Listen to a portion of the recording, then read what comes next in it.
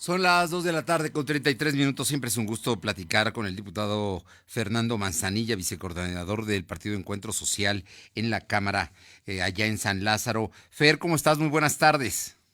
Bien, muy bien, muchas gracias, tocayo, gusto en saludarte. Tocayo, este tema de la pandemia sigue siendo un tema nacional, un tema que ya dejó de ser coyuntura para estar aquí en las últimas semanas y seguramente estará en los próximos meses.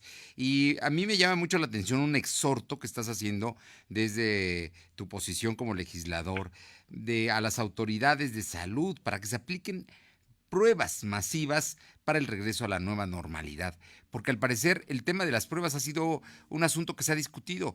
México es uno de los países que no ha aplicado tantas pruebas como otras naciones y sin embargo, pues se ha establecido todo a partir de tendencias, a partir de estudios de modelos matemáticos, pero hoy lo que se necesitan son pruebas, Fer. Platícanos de ello, por favor.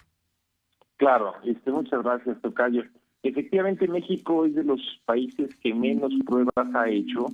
A la fecha, México ha hecho cerca de 170, bueno, no a la fecha, el último dato oficial que fue de inicios de mayo, había hecho 177,000 pruebas, que equivalían en aquel entonces a menos de uno por cada 1,000 habitantes, cuando otros países, pensemos Alemania, realiza 30 por cada 1,000 habitantes, Estados Unidos 20, en fin, Islandia 147, es decir, en términos comparativos, México viene generando, digamos, muy pocas pruebas. El tema cuando ya salimos al asunto de esta nueva normalidad, que quiere decir que vamos a empezar a tener más actividad, pues va a haber más gente en la calle, tocayo, va a haber más gente, digamos, ya moviéndose, va a haber mucha mayor movilidad de personas, y eso implica que necesitamos saber quiénes están contagiados, fundamentalmente aquellos que son asintomáticos. Gran parte de la gente contagiada, acuérdate, o recordemos, es gente asintomática, gente que no va a tener un síntoma específico del virus, pero que lo va a poder contagiar a terceros.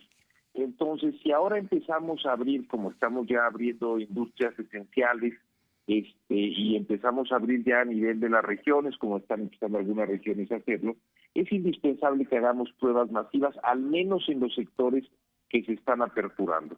Si no, básicamente vamos a estar a ciegas, y lo que vamos a empezar a tener, porque ya lo hemos visto en países que aparentemente ya tenían controlado todo, hablemos del caso de China, de Corea y de Japón. Estos países lo que están encontrando, ya que empezaron a hacer, digamos, ya tenían todo aparentemente bajo control, ya los contagios habían cesado, no como en México, que incluso siguen creciendo, digamos, día a día tenemos históricos, digamos, datos históricamente altos, sino que en aquellos países ya habiendo controlado eso, empiezan a abrir y empiezan otra vez con rebrotes. Ahorita China tiene más de 100 millones de gentes encerradas, acuarteladas, porque hay nuevos rebrotes, y es lo que nos va a pasar, tocayo, si nosotros abrimos y no hacemos pruebas masivas. Entonces, el punto de acuerdo tiene que ver con eso. Tenemos que hacer las Sí, pruebas, aunque sea en los sectores. Por ejemplo, hablando de Puebla, sí. si en Puebla tenemos el sector automotriz y de autopartes, pues tendríamos que, entre comillados, vacunar ese sector, y Sí, esta digamos, gente va a empezar a trabajar.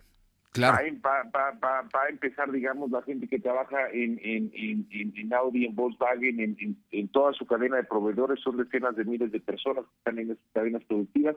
Tenemos que hacer pruebas masivas ahí, porque esta gente ya va a estar en la calle. Si no lo hacemos, nos vamos a encontrar después con, digamos, una sorpresa, pues una mala sorpresa. Digamos que en este caso seguramente tendría que ser un acuerdo entre las empresas que se van a reactivar con la Secretaría de Salud para aplicar las pruebas masivas, ¿no? Que puede ser también seguridad para las propias empresas, Tocayo.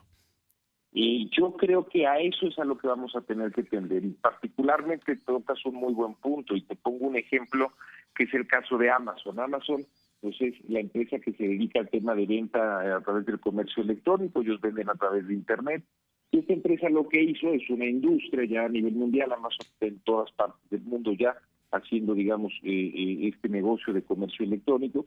Ellos lo que hicieron es que lo que ganaron el año pasado, que fueron $4,000 millones, todo íntegramente lo están metiendo justamente para lo que ellos llaman vacunar sus cadenas productivas. Es decir, el tema de pruebas en casa para sus empleados, el tema de tener donantes de plasma para que si hay gente de sus empleados que se contagien, que puedan tener, digamos, esta alternativa como tratamiento.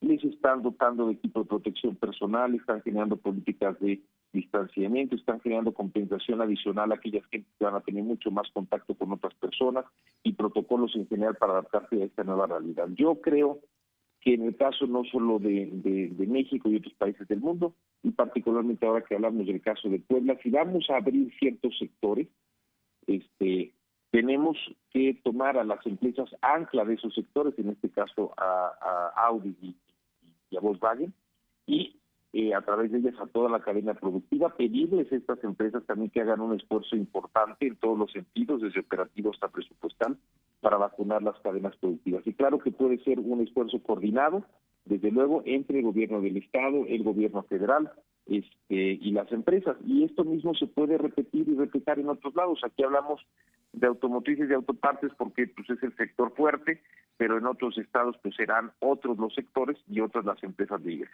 Bueno, lo que pasa es que sí es un sector muy poderoso, muy importante en el Producto Interno Bruto del Estado, el sector automotriz, pero hay muchas empresas más de alimentos, de producción, todo el Parque 2000, por ejemplo, es un buen ejemplo de tantas empresas que producen para no solamente para Puebla, sino para todo el país y para exportación. Así es que yo creo que es un gran ejercicio el que tú estás planteando de las pruebas masivas, porque sería información dura, datos fuertes que evitaría precisamente el regreso de pues obviamente del contagio, ¿no? Nuevos brotes. Pues mira, ya ni siquiera estamos hablando del regreso, tocayo. La verdad es que tanto a nivel nacional como Puebla vamos creciendo día a día, y lo peor que nos puede pasar, y yo creo que a eso podríamos llegar, es que las cosas se empeoren en el mes de junio, que sigamos abriendo, que tengamos, digamos, cada vez más actividad, que la gente esté en la calle, que el mes de junio, por otro lado, sea un mal mes, y que en ese caso tengamos, pues a lo mejor a finales de junio o en julio, regresarnos otra vez al tema de quedarse en casa. Por eso tenemos que hacer un esfuerzo fuerte de pruebas masivas. Ese esfuerzo se puede hacer en toda la población, al menos se tendría que hacer, como comentamos aquí, en los grupos empresariales o las empresas más fuertes, porque son, digamos, las que van a estar generando, bueno, pues ahora sí que el 80-20, la gran cantidad, digamos, del inicio de esta nueva normalidad o del inicio de las actividades productivas. Pero desde luego lo que trataríamos y lo que pensaríamos y lo que nosotros, digamos, pensamos que sería lo ideal es que esto se diera en todos lados, desde luego con todo tipo de empresas. Y las empresas, bueno, pues las empresas tienen, digamos, un control sobre el trabajador durante todo su día productivo. Entonces, claro que tienen que ser actoras importantes en este proceso, y claro que tienen que poner de su parte, incluso también, tocayo, tienen que poner presupuestalmente de su parte.